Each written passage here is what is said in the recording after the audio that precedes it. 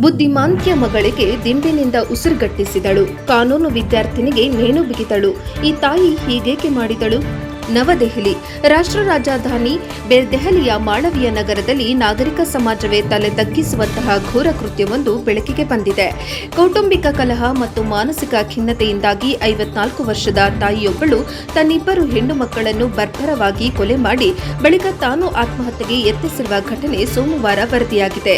ಪೊಲೀಸರು ಈಗ ಆರೋಪಿ ತಾಯಿಯನ್ನ ಬಂಧಿಸಿದ್ದಾರೆ.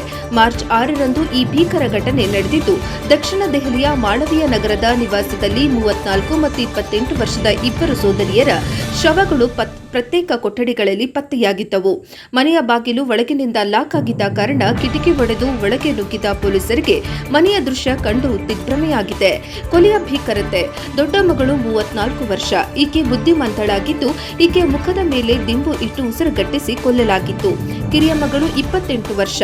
ಈಕೆ ಕಾನೂನು ವಿದ್ಯಾರ್ಥಿನಿಯಾಗಿದ್ದು ಈಕೆಯ ಕೊಠಡಿಯ ಬಾಗಿಲನ್ನು ಒಡೆದು ನೋಡಿದಾಗ ಬೆಡ್ ಮೇಲೆ ಮೃತದೇಹ ಪತ್ತೆಯಾಗಿದೆ. ಕುತ್ತಿಗೆಗೆ ನೇಣು ಬಿಗಿದ ಗುರುತುಗಳಿದ್ದವು. ಇನ್ನೊಂದು ಕೊಠಡಿಯಲ್ಲಿ ತಾಯಿ ಪ್ರಜ್ಞಾಹೀನ ಸ್ಥಿತಿಯಲ್ಲಿ ಬಿದ್ದಿದ್ದರು. ತನ್ನ ಮಣಿಕಟ್ಟನ್ನ ಕುಯ್ದುಕೊಂಡು ಫೆನೈಲ್ ಮತ್ತು ಕರ್ಪೂರದ ಮಿಶ್ರಣವನ್ನ ಸೇವಿಸಿ ಆತ್ಮಹತ್ಯೆಗೆ ಯತ್ನಿಸಿದ್ದರು. ಪತಿ ನೀಡಿದ ದೂರು. ಮಹಿಳೆಯ ಪತಿ ಸಂಜೆ 6 ಗಂಟೆ ಸುಮಾರಿಗೆ ಮನೆಗೆ ಬಂದಾಗ ಬಾಗಿಲು ತೆಗೆಯದಿದ್ದಾಗ ಪೊಲೀಸರಿಗೆ ಮಾಹಿತಿ ನೀಡಿದ್ದರು. ಕಳೆದ 7-8 ವರ್ಷಗಳಿಂದ ಪತಿ ಪತ್ನಿಯ ನಡುವೆ ಮಾತುಕತೆ ಇರಲಿಲ್ಲ ಮತ್ತು ಮನೆಯಲ್ಲೇ ಪ್ರತ್ಯೇಕವಾಗಿ ವಾಸಿಸುತ್ತಿದ್ದರು ಎಂದು ತಿಳಿದುಬಂದಿದೆ. ಬಂಧನ ಮತ್ತು ತನಿಖೆ. ಆರೋಪಿ ಮಹಿಳೆಯನ್ನ ಏಮ್ಸ್ ಟ್ರಾಮಾ ಸೆಂಟರ್ಗೆ ದಾಖಲಿಸಿ ಚಿಕಿತ್ಸೆ ನೀಡಲಾಗಿತ್ತು.